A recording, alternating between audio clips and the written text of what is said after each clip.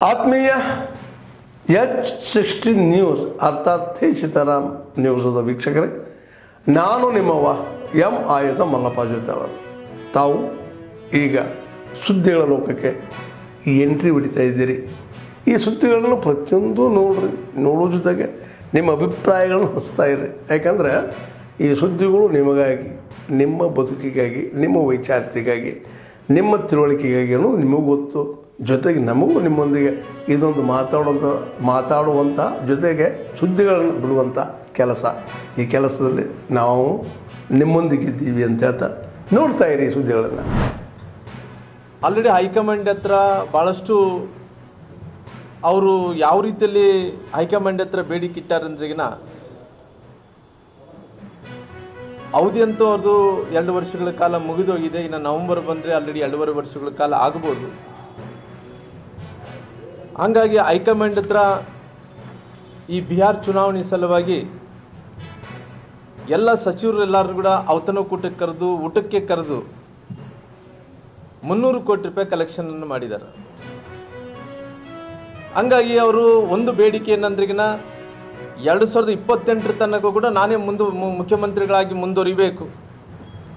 ಆ ಮುಂದುವರಿಬೇಕು ಅಂದ್ರಿಗಿನ ಏನು ಮಾಡಬೇಕು ಅಂದ್ರಿಗಿನ ಕೇವಲ ಬಿಹಾರ್ ಚುನಾವಣೆಗಳು ಒಂದೇನಾ, ಮುಂದಿನ ದಿನಗಳಲ್ಲಿ ಸಾಕಷ್ಟು ತಮಿಳುನಾಡು ಚುನಾವಣೆಗಳಿದ್ದಾವೆ, ಕೇರಳ ಚುನಾವಣೆಗಳಿದ್ದಾವೆ, ಅದೇ ರೀತಿಯಲ್ಲಿ ಚಂಡೀಗಢ ಚುನಾವಣೆಗಳಿದ್ದಾವೆ. ಇವತ್ತು ಸಾಕಷ್ಟು ಚುನಾವಣೆಗಳಿರೋ ಕಾರಣ ಇವತ್ತು ಮುಂದಿನ ದಿನಗಳಲ್ಲಿ ಎಲ್ಲ ಆಶ್ವಾಸನೆಗಳನ್ನು, ಎಲ್ಲ ಚುನಾವಣೆಗಳಿಗೆ ಬೇಕಾದಂಥ ಎಲ್ಲ ಆಶ್ವಾಸನೆಗಳು ಮುಖ್ಯಮಂತ್ರಿಗಳಂತ ಸಿದ್ದರಾಮಯ್ಯರು ಕೊಡೋಂಥ ಕೆಲಸ ಮಾಡ್ತಾ ಇದ್ದಾರೆ.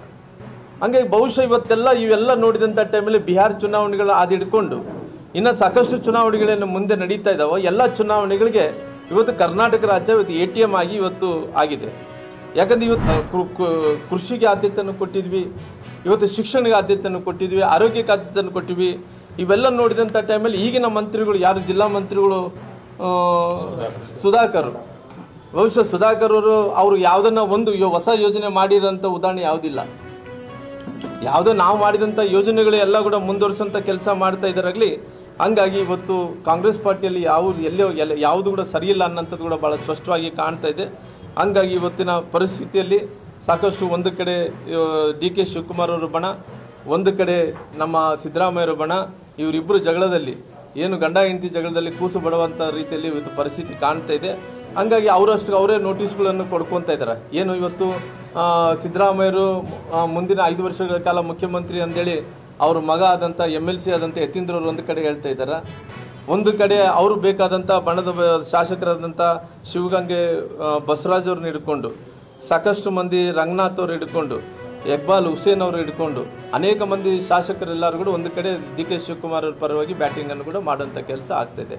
ಹಂಗಾಗಿ ಸಿಂಪಲ್ ಒಂದು ನಿಮಿಷ ಮಾತಾಡ್ರಿ ಸರ್. ಈ ರಾಜ್ಯದ ಪ್ರವಾಹಿ ನಾಯಕರು ಹಾಗೂ ಕ್ಯಾಬಿನೆಟ್ ಸಚಿವರಾದ ಪ್ರಿಯಾಂಕಾ ಖರ್ಗೆ ಅವರು ಅವರೇನು ತಪ್ಪೇನು ಹೇಳಿಲ್ಲ. ಸಂವಿಧಾನಾತ್ಮಕವಾಗಿ, ಕಾನೂನಾತ್ಮಕವಾಗಿ RSSನವ್ರಿಗೆ ಯಾವುದಾದ್ರೂ ಪಥಸಂಚಲನ ಮಾಡಬೇಕಾದ್ರೂ ಅಥವಾ ಅವ್ರ ಶಾಖೆಗಳಲ್ಲಿ ಚಟುವಟಿಕೆಗಳಾದರೂ ಏನರಾಗಿರ್ರಿ, ಆದರೆ ಪರ್ಮಿಷನ್ ತೊಗೊಳ್ಳಿ ಅಂತ ಹೇಳಿ ಬ್ಯಾನ್ ಮಾಡಂತಂತ ಹೇಳಿಲ್ಲ. ಆದರೆ ಇವತ್ತು ಅವರು RSSನವರು ಇಡೀ ರಾಜ್ಯದಿಂದ ಒಂದು ಗುರಿ ಇಟ್ಕೊಂಡು, ಚಿತ್ತಾಪುರನ್ನು ಗುರಿ ಇಟ್ಟುಕೊಂಡು, ಪ್ರಿಯಾಂಕಾ ಖರ್ಗೆ ಅವರನ್ನು ಗುರಿ ಇಟ್ಟುಕೊಂಡು ಒಂದು ಏನು ಹೋರಾಟ ಏನು ಹಮ್ಮಿಕೊಂಡಿದ್ದಾರೆ, ನಾವು ಅದಕ್ಕೆ ಬಲವಾಗಿ ಖಂಡಿಸ್ತಿದ್ವಿ. ಯಾಕಂತಂದರೆ ಇವತ್ತೇನು ಮಾಡತ್ತೀರಿ ಸರ್ ತಾವು?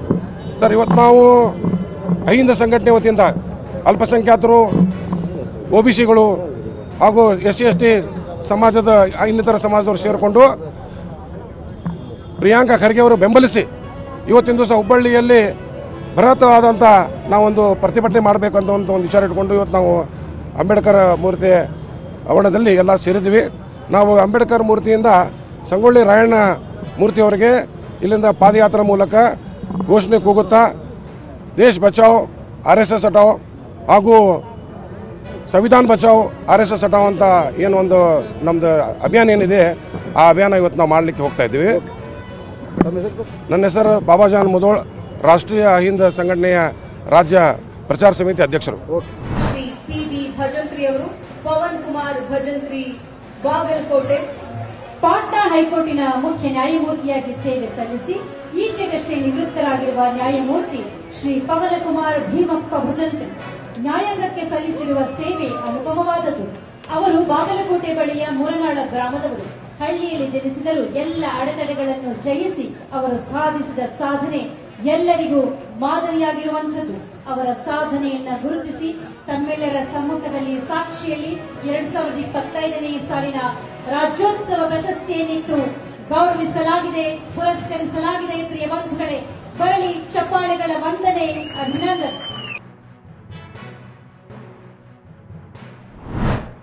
ಆತ್ಮೀಯರೇ, ಎಲ್ಲ ಸುದ್ದಿಗಳನ್ನು ನೋಡಿದ್ರಲ್ಲ, ಏನು ಅನಿಸ್ತು ನಿಮಗೆ?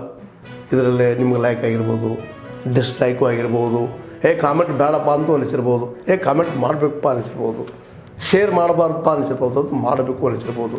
ಏನಾದರೂ ಆಗಲಿ ಶೇರ್ ಮಾಡ್ತಾಯಿರಿ, ಈ ನ್ಯೂಸ್ಗಳನ್ನ ಹಂಚ್ತಾಯಿರಿ, ಜೊತೆಗೆ ಇದಕ್ಕೆ ಸಬ್ಸ್ಕ್ರೈಬ್ ಆಗ್ತಾಯಿರಿ ಅಂತ ಹೇಳ್ತಾ H16 ನ್ಯೂಸ್ ಅರ್ಥಾತ್ ಹೇ ಸೀತಾರಾಮ್, ಇದು ಸತ್ಯದ ಕೈಗೆ ನಡಿ. ವಂದನೆಗಳು.